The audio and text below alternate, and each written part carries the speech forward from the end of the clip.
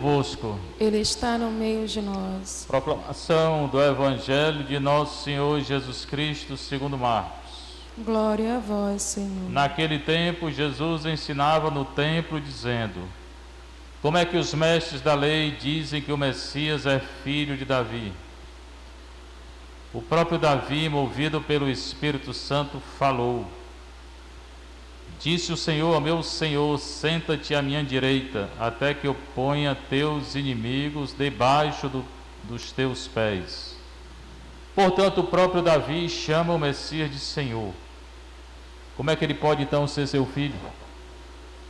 E uma grande multidão o escutava com prazer. Palavra da salvação. Glória a vós, Senhor. Você está um pouquinho, você que está em casa, você que está aqui na nossa paróquia Santa Terezinha, Evangelho de Marcos 12, 35 a 37, estamos no tempo comum. Depois de todas essas festas, voltamos ao tempo comum. Vamos lendo o Evangelho de Marcos, depois Mateus, Lucas.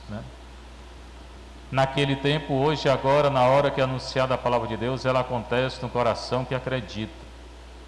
Jesus ensinava no templo, ele sempre ensina no templo. O templo é a catedral deles, é um local do culto. Os judeus eram obrigados a irem no templo, nas festas, 2, 3 vezes ao ano. O que ele diz hoje? Como é que os mestres da lei, ou seja, os fariseus, doutores da lei, dizem que o Messias é filho de Davi? O Messias é filho de Davi? É. Mas, vai dizer Jesus, o próprio Davi, movido pelo Espírito Santo, falou, disse ao Senhor, isso aqui é um salmo, que é dito que Davi escreveu.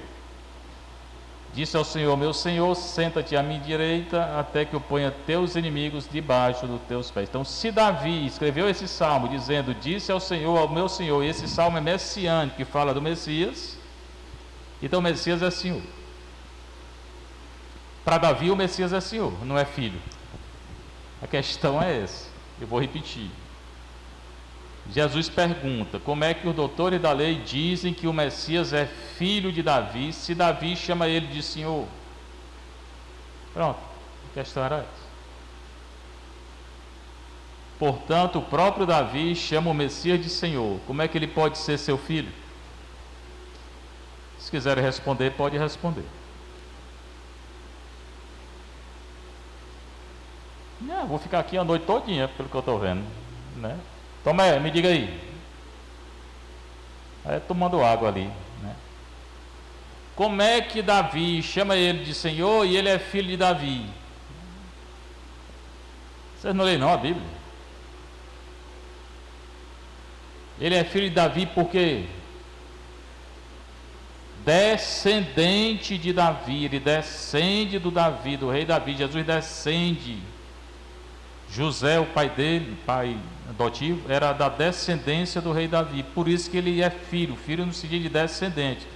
E Davi chama de Senhor porque ele é Deus. Ele é Senhor do Davi, Senhor de qualquer rei, Senhor de todo mundo. Então ele é Senhor, ele é Deus. E ele é filho, porque ele descende de Davi. Simples. Mas nem os judeus sabiam não. Os judeus que entendiam da lei não responderam, não. Vocês vão responder quando começarem a ler a Bíblia, assim com mais atenção, Porque Deus vai revelando, mas ficar só escutando, querendo que caia do céu, cai chuva, mas e quando Deus manda, mas outra coisa não cai não. E uma grande multidão o escutava com prazer. Então ele descende de Davi, se descende, é filho. Ele é Senhor de Davi porque ele é Deus. Primeira leitura do livro de Tobias. Contei já um pouco essa história, está no final agora. Tobit era um judeu muito devoto. Ele fazia muita caridade. Um dia ele recebeu uma prova muito grande de Nosso Senhor. Ele ficou cego. Ele não amaldiçoou a Deus. Mas depois pediu para morrer. É uma coisa assim. A mulher dele, inclusive, repreendeu ele, né? Parece com a história de Jó, né? Jó também tinha muita coisa e Jó perdeu tudo e não amaldiçoou. A mulher amaldiçoou, mas Jó não. Aí ele manda o filho dele, junto com o anjo, Rafael, ele não sabia que era anjo, até uma cidade vizinha procurar matrimônio para o filho. E tinha uma parente dele lá, chamada Sara, que tinha casado com 7 maridos, 7 tinha morrido. Mulher com sorte. E chegaram lá, o Tobias, que era o filho desse velho, né, junto com o anjo, se apresentaram, entregaram a menina, Sara, era uma jovem, e eles casaram. Mas ficaram 3 dias e 3 noites rezando ao Senhor antes de consumar o ato. E o Tobias não morreu. Não era o 8º, né? Aí voltaram para casa. Estava voltando para casa, o anjo mandou pegar um peixe, o fel do peixe, chegou na casa do velho, passou o fel nos olhos dele e ele enxergou. É a leitura de hoje. Ana estava sentada. Ana é a mulher desse velho, observando atentamente o caminho por onde devia chegar o seu filho, esperando Tobias, o filho que estava com o anjo Rafael. Percebeu que ele se aproximava e disse ao pai: teu filho está chegando, né? Disse ao Tobias, é o velho que estava cego. E com ele o homem que o acompanhou. O homem é o anjo, ele não sabia o que era anjo. Antes que Tobias se aproximasse, antes que o filho viesse, o Rafael disse: pega o fel do peixe, coloca nos olhos do velho, que ele vai enxergar, né? Aplica nos olhos o fel do peixe, teu pai vai recuperar a vista e enxergará a luz. Aí a mãe correu, atirou-se ao pescoço do filho, parece o pai do filho pródigo, né? Correu quando viu o menino chegar e disse: voltei-te a ver-te, meu filho, agora posso morrer. A mãe dele ficou muito feliz, né, de ver o menino, e chorou. O pessoal gosta de chorar na Bíblia. O velho então se levanta, quando ele escutou a história, que estava cego, tropeçando, e foi ver o que estava acontecendo. O filho dele, que é Tobias, foi ao encontro do pai e aplicou o fel nos olhos, dizendo: confiança, pai. Derramou o remédio e esfregou. E o velho ficou curado. E disse chorando, também o velho chorou: eu te vejo, meu filho, luz de meus olhos. Bendize a Deus, bendito seja seu grande nome, bendito seja todos os seus santos anjos. Tem toda uma bênção aqui, porque ele me castigou e agora vejo meu filho. Foi mais uma prova do que um castigo, mas Deus castiga também, viu? Você vai dizer que Deus não castiga, não castiga. O pai também castiga o filho para educar. Não castiga para matar, castiga para educar, mas castiga sim. Aí o velho entrou com a mulher em casa, ainda louvando a Deus. Perguntaram como é que tinha sido a viagem, e ele apresenta a noiva. Não era mais noiva, era a mulher dele. Tinha trazido com ele, né? O casal de velhos se alegram muito, né? E mais uma vez louvam a Deus, dizendo para a menina, para Sara: bem-vinda sejas, minha filha, bendito seja o teu Deus, que te trouxe para junto de nós. Então essa leitura é só bênção, bênção, bênção e bênção. Mas ensina muita coisa. Tem uma aprovação aqui. O velho ficou cego. Ele recuperou a vista, mas ficou cego. Então, quando tem provação na vida da gente, ninguém gosta não. A gente fica meio cego. Todo mundo tem provação. É um irmão, um filho, um pai, uma mãe, não sei quem é não, mas tem. O importante é não perder a fé, porque Deus manda o anjo. Aqui nessa leitura ele mandou o anjo para curar o velho, para curar a Sara, que os maridos tudinho tinham morrido porque tinha uma maldição lá. Tinha um demônio da impureza que matava tudinho.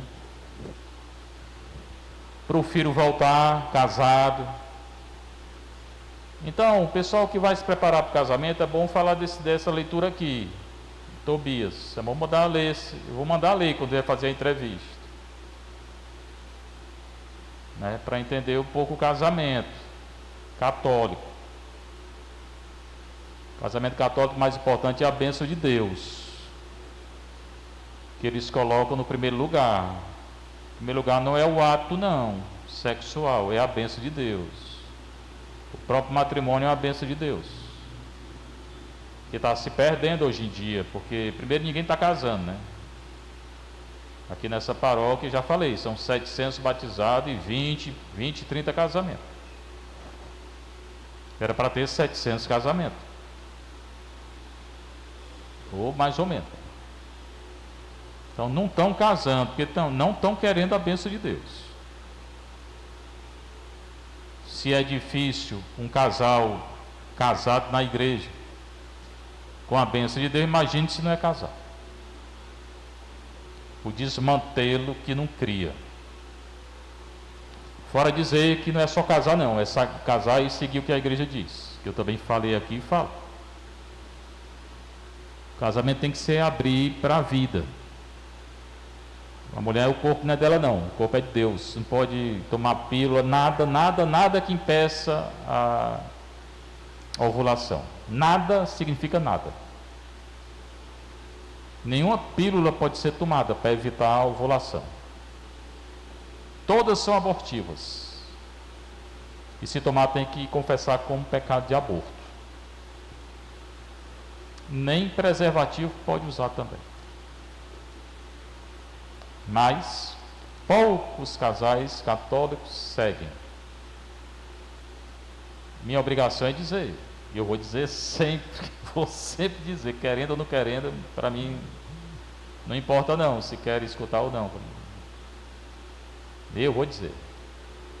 Se não seguir, é problema de quem não segue. Só que tem uma questão aqui. Uma coisa é a pessoa que não sabia. A partir do momento que está escutando o que eu estou dizendo, e você que está em casa também, agora está sabendo, você que é casado, né?